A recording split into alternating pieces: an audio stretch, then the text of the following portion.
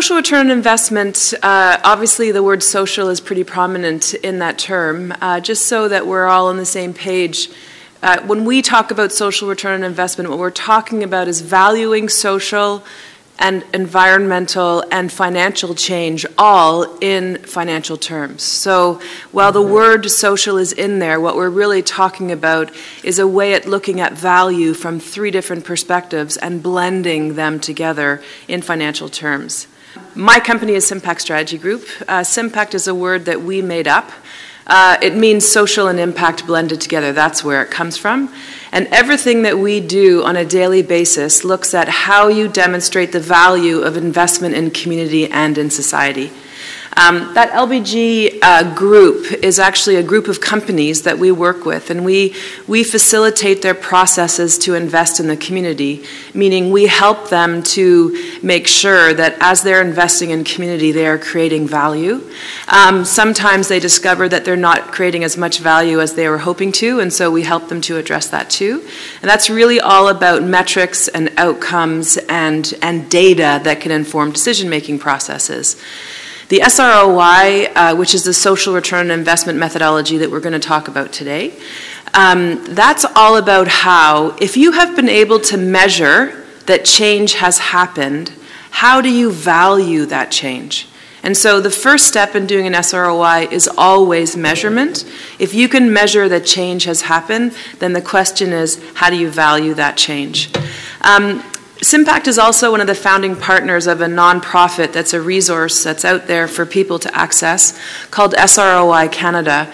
And so what I'm going to talk a little bit about today, the SROI methodology, is really focused on, yes, SiMPACT's work, but more importantly, the work that's being taught, facilitated, and gathered through the SROI Canada network, and people are very welcome to participate if you're interested. When we talk about financial proxies, for example, there's a database of financial proxies that's free and available for people to use. And going to the SROI Canada website is how you will find that. And I'll come back to what financial proxies are in a second. But the most important thing is to look at the bottom line of that image, where it says moving the conversation from cost to value. Because one of the things that we really see over and over again, particularly in any investment in a social context, is we get stuck on cost. And we don't ever get to the value conversation, or we don't get to the value conversation as quickly or as easily as we'd like to. And the thing which I find totally fascinating, and again, I guess it's good to be fascinated about our own work, but if we think about our last purchase, it doesn't matter if it is a book, a pair of shoes, a house, whatever is your last big purchase, you are not paying for the cost of producing that thing. You're making a decision to pay for the value of that thing as perceived by the person who is wanting to sell it to you, but also as perceived by yourself, because you're saying, yeah, actually I do value that thing enough to pay that price for it. In a social investment, a community investment context, we are not ever getting to that. How much do we value that intervention? Because we keep getting stuck on the cost conversation. So, social return on investment, essentially what the SROI is meant to do is to measure and value change. And as I said before, we're really doing that in a three sector or 3 application process. It's a principles-based approach, and you'll notice that the #1 principle involves stakeholders. Now, people that have never been exposed to the SROI methodology say, oh, a principles-based approach, that means you're always making assumptions. And I say, well, actually, if you think about how we do our work, how we evaluate, how we do our accounts, how we do finance, how we do health assessments, we learn how to do what it is that we want to do, and then we make judgment calls in the application of that methodology. That is the way that we all do our jobs. That's the way that many, many things are managed. So you're right, an SROI is not 2 + 2 = 4. But what it is, it's a way to apply judgments against the value of a program, a policy, or an organizational set of activities that illustrate the value of that work differently. It's a different lens. And one of the things which we actually find is that the voice of the stakeholder, the voice of the person or the community or the river or the family or the client or the patient, the voice of that stakeholder is often not included in the way that we think about the value of an intervention. So I'll give you an example. But we did an SROI for the City of Calgary on an aging asset, a recreational center that is in a low-income area in the city. It's called the Beltline the Beltline Recreation and Aquatic Center. If you talk to the asset management department, they would say, please, please, please rip that building down. It is old, it's expensive, it's a thorn in my side because the things that it needs are difficult for us to fix, and therefore it's costing us a lot of money. But then when you actually talk to the people who are using that recreation center, you find some really interesting things which make you think differently about the value of that building. One of the most frequent users of that building is actually a group of at-risk adults, men, ranging from 14 to 24. They've come to Calgary through all kinds of situations that we would probably be hard to imagine, wars, etc., etc. English as a second language is a real issue, so is the risk of social isolation and leading into other types of realities, which unfortunately include gangs and other types of activities, and this is a growing problem in Calgary. These young men actually travel all over the city, from all over the city to come to this Beltline recreation center every afternoon and on weekends, and they play basketball and they get help with their homework and they get coaching around applying for jobs, etc., etc., etc. So if you think about the value of the change in their activity as a result of being able to access that building, the value of that building changes in perspective when you think about it from a City of Calgary worker.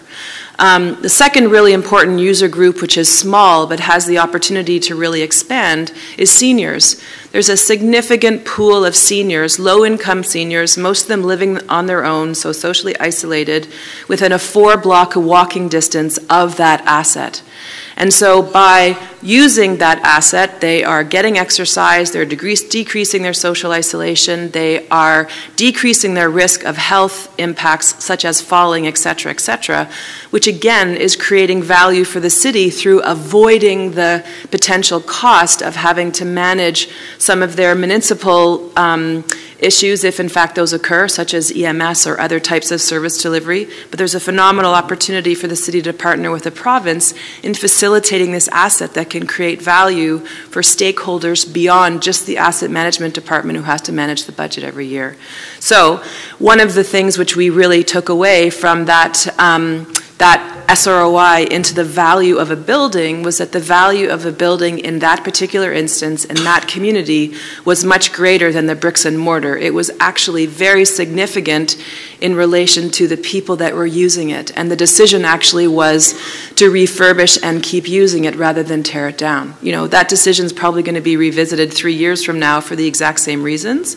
But the asset management department looked at that building differently after that work was done. So one of the things which we really want to make sure of when we're talking about social value creation is that we don't get stuck on monetizing, reflecting the only things that are valuable. So what I mean is you can create social value in an infinite number of ways. You can smile at somebody who has nobody else to smile with, and in that moment you're creating social value. You can also improve healthcare outcomes. You can enable people to get better jobs. They might pay more tax. They can improve personal networks. All of that is social value creation. But some of that is actually very difficult to monetize. And so when you actually look at the social return on investment methodology, and if you use it, it will actually lead you to a ratio that says the value invested in this asset is creating this much value in return. So $1 in is maybe $1.25 out, or $1 in is maybe $4.25 out. What we need to remember is that not all social value can in fact be monetized, and just because it's not monetized doesn't mean that it's not valuable. So When we think about where I was actually going to start my presentation, and I just wanted to maybe say this, is that in order for us to go through the journey of moving the conversation from cost to value, I think there's a couple of things that need to happen. One is that you need to involve stakeholders and ensure that the value that they experience as a result of the change that you're presenting, it could be a different healthcare model, it could be a different type of intervention, their voice needs to be part of the overall understanding of value in order for the conversation not to be focused on cost. The second thing is we have to stop talking about cost savings, because cost savings is actually one form of value creation. Value creation is the main message, and then you say, oh, how do you create value? And I'll come back to that in a second, but we have to move from a conversation about cost savings into a conversation about social value creation, and we need to do that consistently. We have to really look at the value of doing nothing, because yes, sometimes there is a cost in terms of doing something, but oftentimes if you leave the status quo as it is, the cost of doing nothing is actually greater than the intervention which is being proposed. Policy level change is necessary, but we need to figure out how to represent the unique change and journey within that policy level, and I'll come back to that. Horizontal impact. I'm going to talk to you about an Alberta example that was all about crime prevention and actually created huge value for the Department of Health.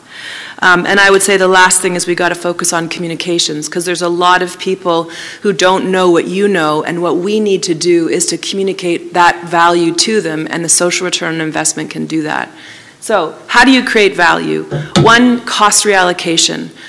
Social service agencies, in my opinion, get absolutely no credit for their ability to remove people from the queue. You know, we're dealing in a scarce resource kind of world. If you are enabling a low-income family to access a GP, maybe online, maybe in another form, before their child gets pneumonia, that low-income family is not going to end up in an ambulance and end up in an emergency ward. That's not going to lead you to cost savings, but what it is going to lead you to is an ability to create space in the system to reallocate that scarce resource to the next person in line who would have had to wait or would not maybe been able to access the resource at all if that space had not been created. And I would argue that's a very, very important form of value creation, which is very seldom recognized. Hopefully, when you do the investment and the time passes and you're successful, that cost savings will occur down the road. But up front, we're actually creating value through cost reallocation. And I think that needs to be acknowledged more regularly. Future cost avoidance, you invest today to avoid tomorrow. Cost savings, in my world, is when you have cold, hard cash in your hand that you can spend somewhere else without impacting the program that's in front of you now. So a great example of cost savings, if a company, some of the companies I work with, I'm really waiting for someone to take as a community investment priority insulating low-income people's homes. Because from an energy perspective, there's a phenomenally high percentage of carbon offsets and all this kind of stuff that come from poor insulation in lower-income neighborhoods. That is something which could be avoided. It's a great community investment program, so please encourage somebody to take it up. What would end up happening is the family in that unit would actually have money in their pockets they could choose to spend somewhere else. And that would actually be an example of cost savings, which is very different than cost reallocation, because oftentimes that scarce resource reallocating somewhere, there's still no money that can be spent elsewhere that's not going to affect the program itself. Income, taxes, and then improving quality of life. The quality of life piece is the big SROI challenge. The detail of this doesn't matter, but there's two lines, the top line and the bottom line. As a consultant, I often find myself falling in love with some of my clients, which is a bit awkward, as you can tell. But this project actually represents an SROI for a school in Calgary called the Louise Dean Center. And the Louise Dean Center is a high school for pregnant teens, but their risk profiles are so significant, they're not able to go to another school. They don't have any other options. So what we mean by risk profile, very few parenting models, don't know how to cook, have not learned the link between alcohol and fetal health, relationships, poor relationship with the police, maybe an outstanding record, you name it. Those are possibilities for these girls. And so we did an SROI on the value of their ability to go to Louise Dean and graduate high school. Many of them are there for at least 2 years to graduate, but most of them are there 3 or 4 years. And they learn how to parent, they learn how to cook, they learn how to manage their emotions, etc., etc. So what you can't really see is that the number at the top bullet point there is actually less than 0, which means that for the first 2 years, for the first 3 years, and actually for the first 4 years, the investors in that school are actually losing money. It's actually still costing them more to get those girls through the program than it is in terms of value that's being returned. And when we saw that, I was just blown away because I could not believe the results that the Louise Dean Center gets with their students are actually better than the Canadian national average for pregnant teens. And thinking about risk profile versus non-risk profiles, those are very significant results. So I could not believe that the value was less than 1 in year 1, let alone still year 1 or in year 4. So we looked at what those girls' risk profiles were, and we said, okay, if we don't do anything, what's that going to look like? And lo and behold, the cost of doing nothing is actually more expensive than in making that investment in the first place. And so I would say that's a good communication strategy, which is often overlooked when trying to communicate issues as complex as healthcare prevention. Not everybody changes the same. You know, some of the issues that we've talked about with the previous 2 speakers, I think to myself, well, I wonder whether or not a person would be more likely to change their behavior if they had a family, or if somebody was socially isolated versus someone that's not socially isolated, would that make a difference in their ability to actually address some of the issues that they present? That's very difficult to analyze at a high level.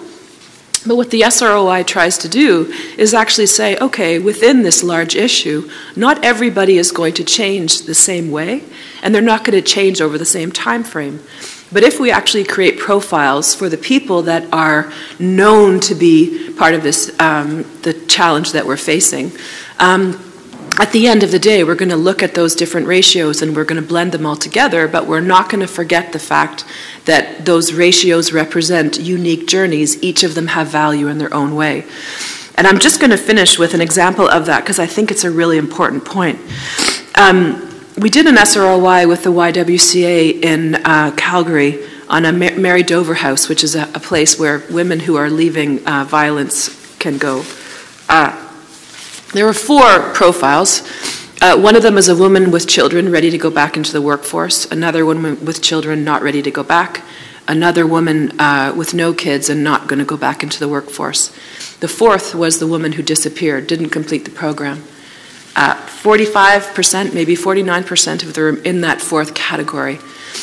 They did not complete, they disappeared. And when they started trying to figure out why, they started analyzing those other 3 groups who did complete. Most of those women, 95% of those women, were going through the program for the 2nd, 3rd, or 4th time, which actually meant that that 4th profile was very necessary in order to create the value through the other 3. But until they'd looked at it from those unique journey perspectives, you couldn't actually see that perspective. I'm going to leave you there because we're out of time.